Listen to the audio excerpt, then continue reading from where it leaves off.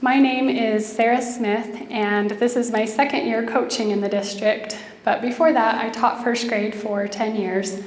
And if you're at all like me, or like the majority of teachers, you were absolutely the perfect teacher before your career actually began. And then the students came into the classroom, and everything got a little bit more complicated. Okay, so I'm going to talk today just about the biggest disruption that happens in classrooms nationwide.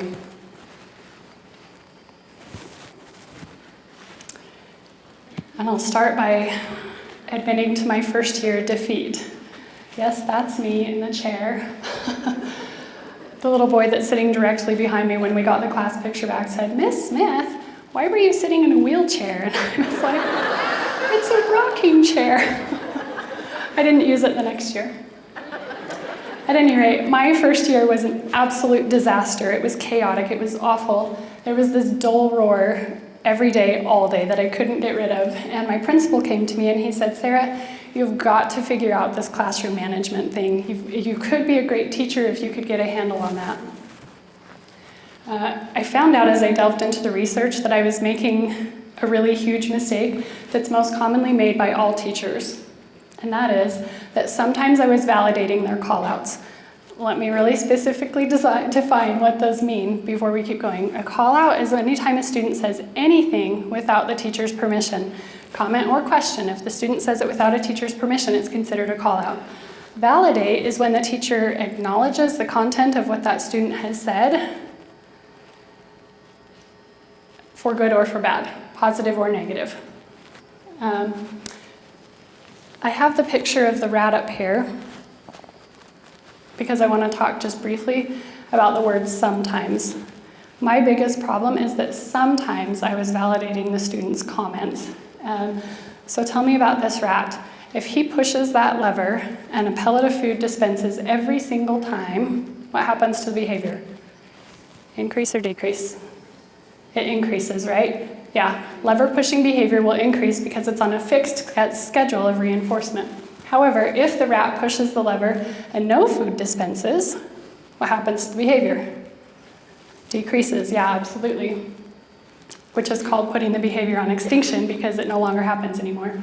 However, if the rat pushes the lever and sometimes the pellet dispenses and other times it does not dispense, in other words, the rat doesn't know which lever push is going to result in a pellet of food, what happens to the behavior? Exponentially increases. In fact, that is the best way to reinforce the behavior, is to do what's called an intermittent schedule of reinforcement, where sometimes the behavior is reinforced and other times it is not. And the same thing happens in our classrooms. If sometimes we allow callouts and other times we correct them, that is the surest way to ensure that those callouts will increase in intensity and frequency. So I want to give you some examples because here's what happens. A lot of times teachers say, "I don't have a problem with callouts. I don't have a problem with validating student comments when they're not supposed to happen." But callouts take many different faces, many different forms. So what I'd like to ask for is a volunteer to come up and help me with something. Director Thomas, thank you. Wasn't that nice of him?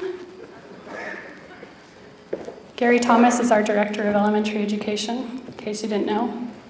Okay, Gary, here's what you're going to do. All right. Oh, we'll need another mic for you.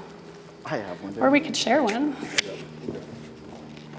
Okay, Gary is going to be my student for just a moment.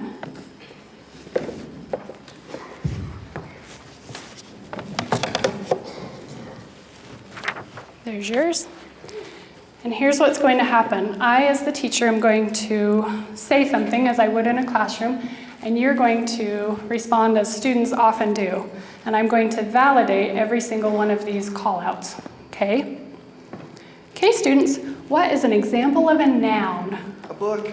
A book, very good, that's right. Okay, here's another one. In each of these ones, I'm just acknowledging a right answer. Who knows what place value comes after ones and tens? What comes after ones and tens? Hundreds. Ooh, you got it. Super smart. Okay, today we're going to talk about what expository means. Who knows what expository means? It means informational. Oh, you're right, it does mean informational. So in each of those cases, I just acknowledged that he had given me a right answer. But sometimes what we do is we answer a question. We say something and the student asks a question and then we answer it. Okay, everybody, let's pull out our math books. Wow, is it time for lunch? No, not for 45 more minutes. Pull out your math books. So do you see how I acknowledged the content of what he said even though I answered the question? Okay, next one. Students, if your desk is clean in the next few minutes, I will draw some tickets for kids to get prizes. How many names are you drawing? I don't know yet, 3 or 4. Clean out your desk right now. Here's last one in terms of answering questions. Today you'll get to share your opinion with the class. Wait, what's an opinion? An opinion is what you think. We're going to talk more about that. Third category, sometimes as teachers we negotiate ideas with students. So it might sound like this. We're going to read about delicious apples today. I hate apples. You don't have to like them, we're still reading about them. Do they have skins? I'll answer that later. Right now we're going to start reading about apples. That was not on the script. Who does he think he is? Okay, let's sit up and listen, everyone. Come on, sit up and listen with me. Let's join the party. No, we're not having a party. Last one.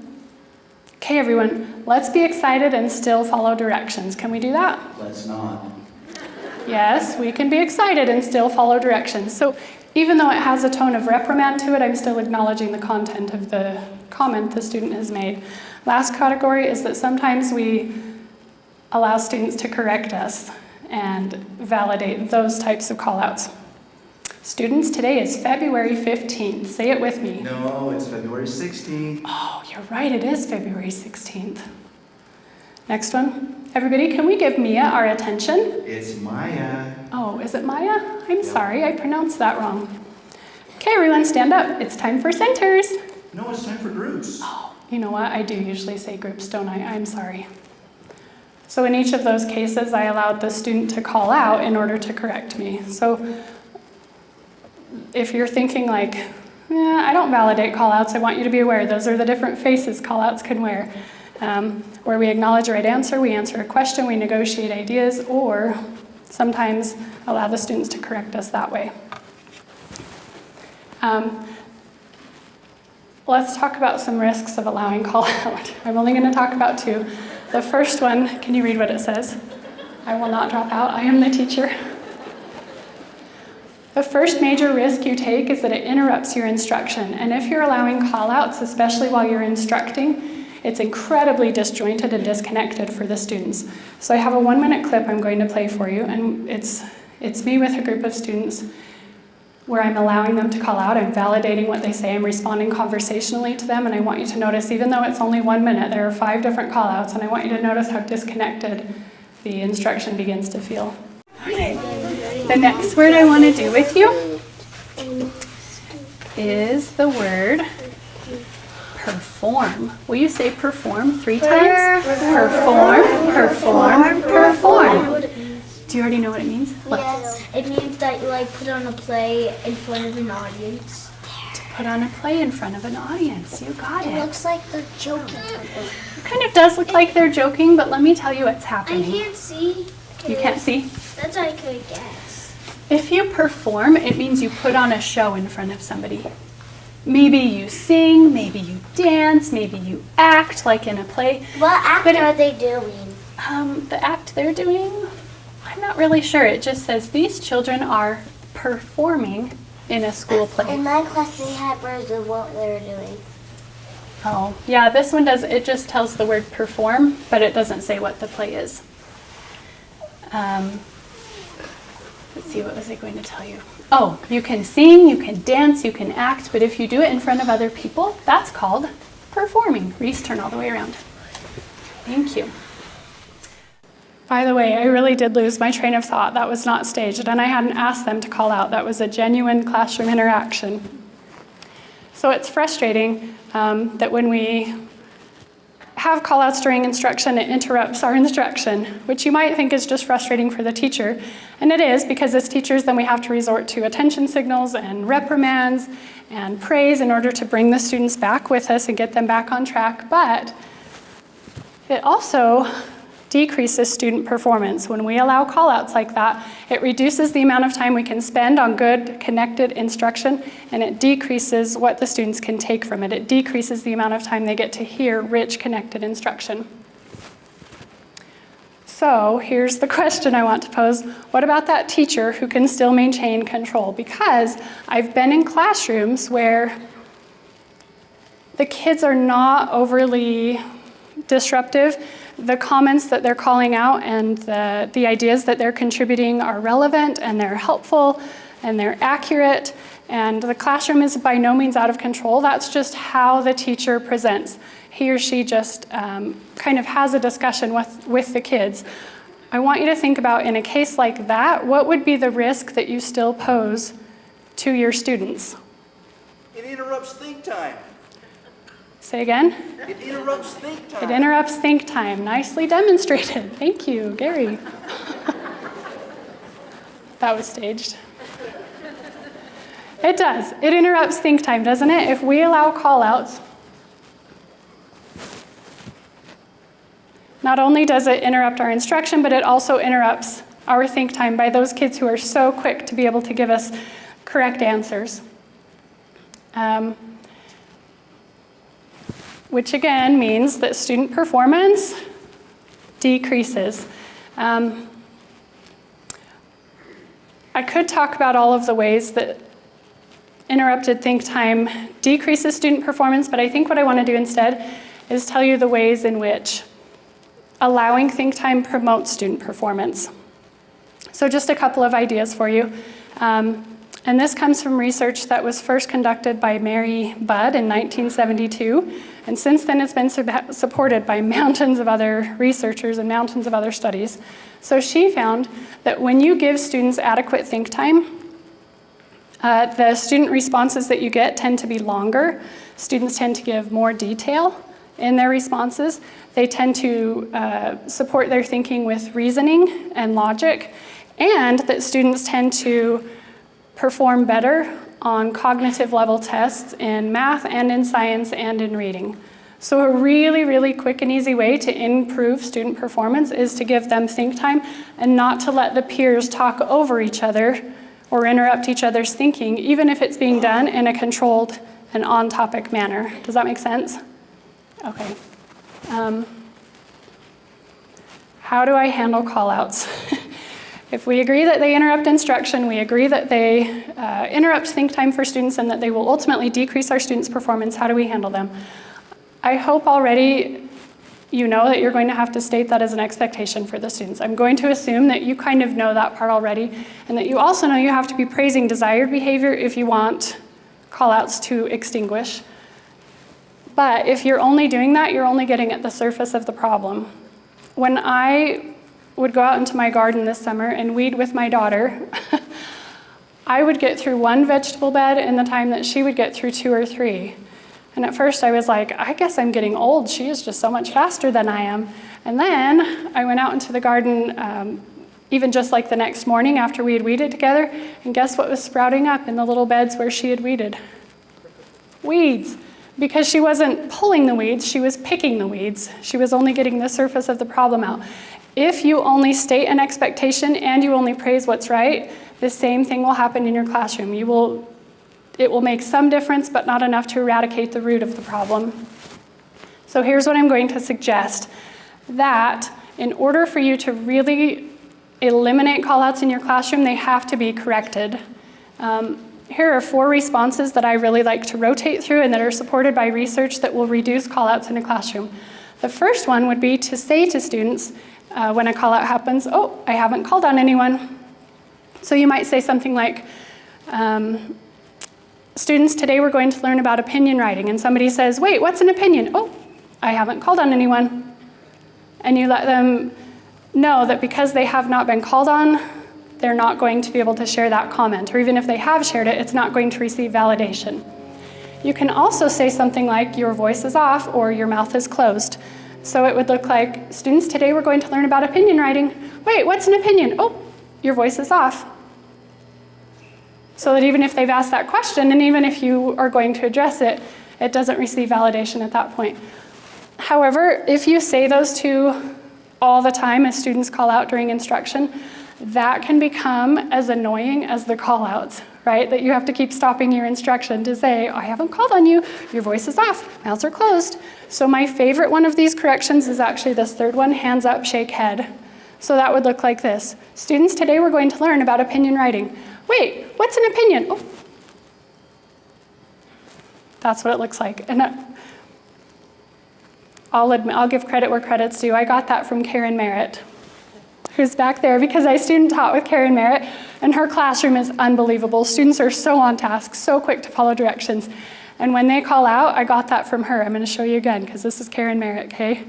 She puts her finger up, she shakes her head, she doesn't make eye contact, and it's very abrupt, it's very quick, it's very no nonsense. Students, today we're going to learn about opinion writing. Wait, what's an opinion? Oh. That's it.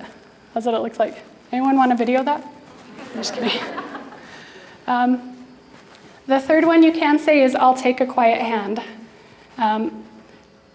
If you really do plan on taking a quiet hand. So that would look like, students, today we're going to learn about opinions. Wait, what's an opinion? Oh, I'll take a quiet hand if you'd like to ask that. So it's not that the student can't ask questions, it's not that you can't clarify anything, it's that it has to be solicited appropriately in order for you to validate it. You may want to take a quick picture of this page because I'm going to ask you to use it when we're on a later slide, and I wasn't able to figure out how to have both slides next to each other. So I'll give you a few seconds if you want to take a picture of that, not that you have to, but it might be helpful in an activity we do in just a few minutes when you have a partner.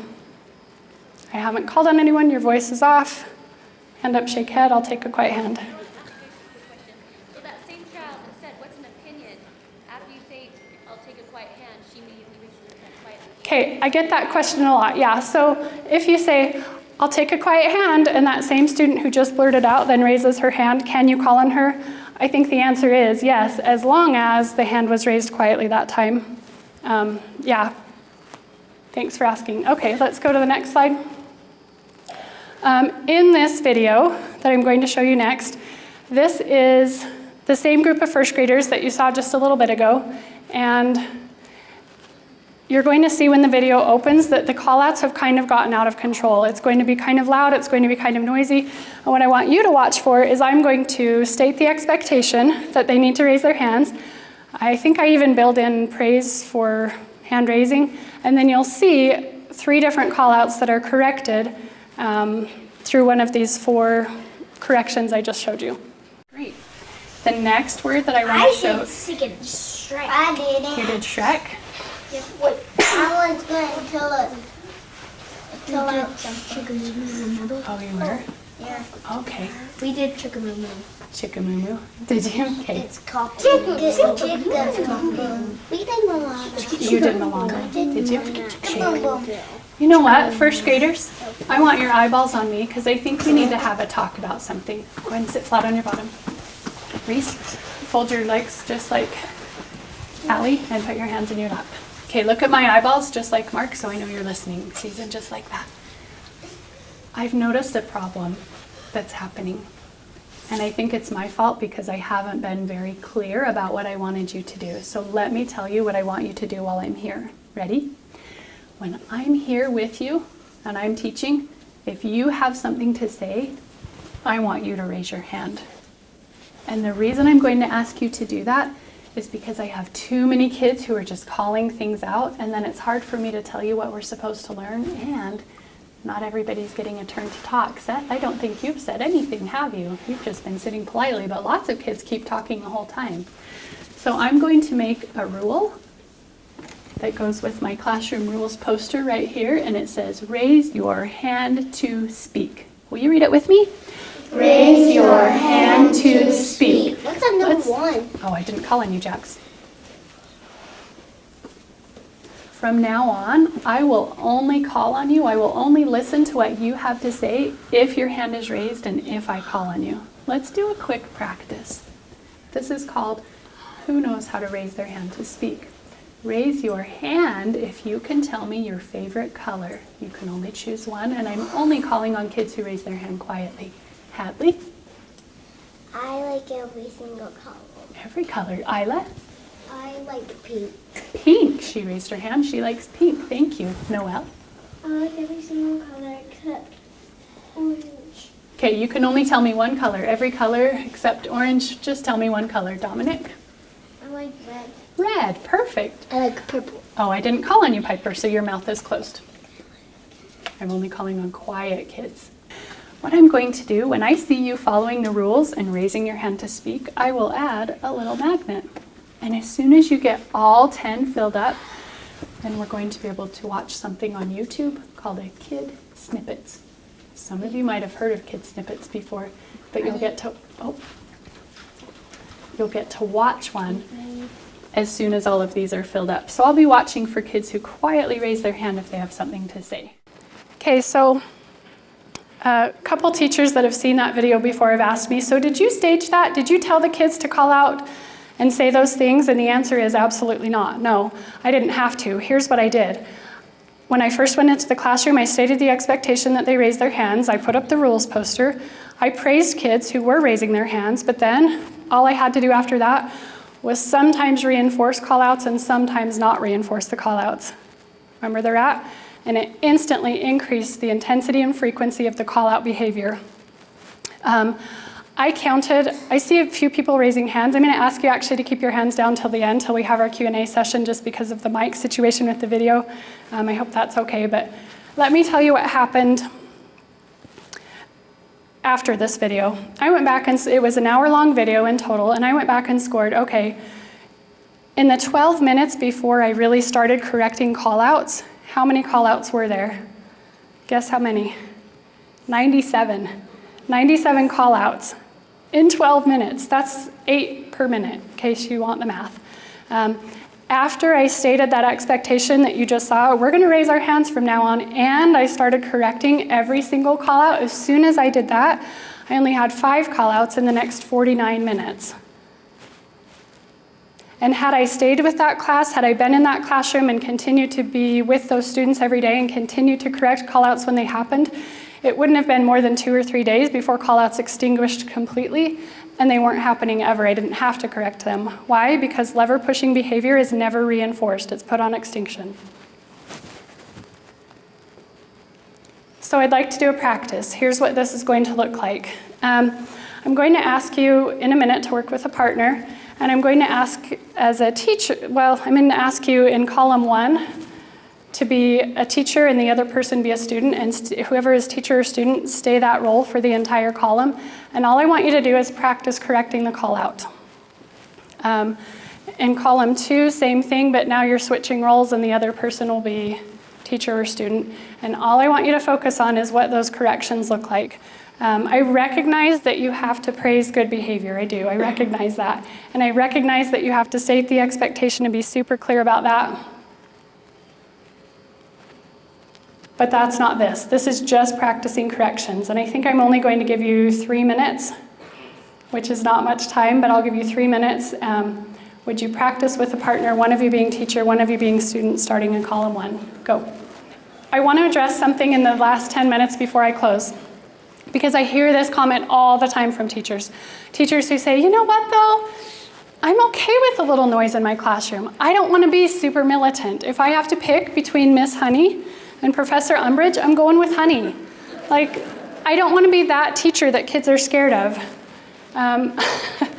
Let me tell you what that's like.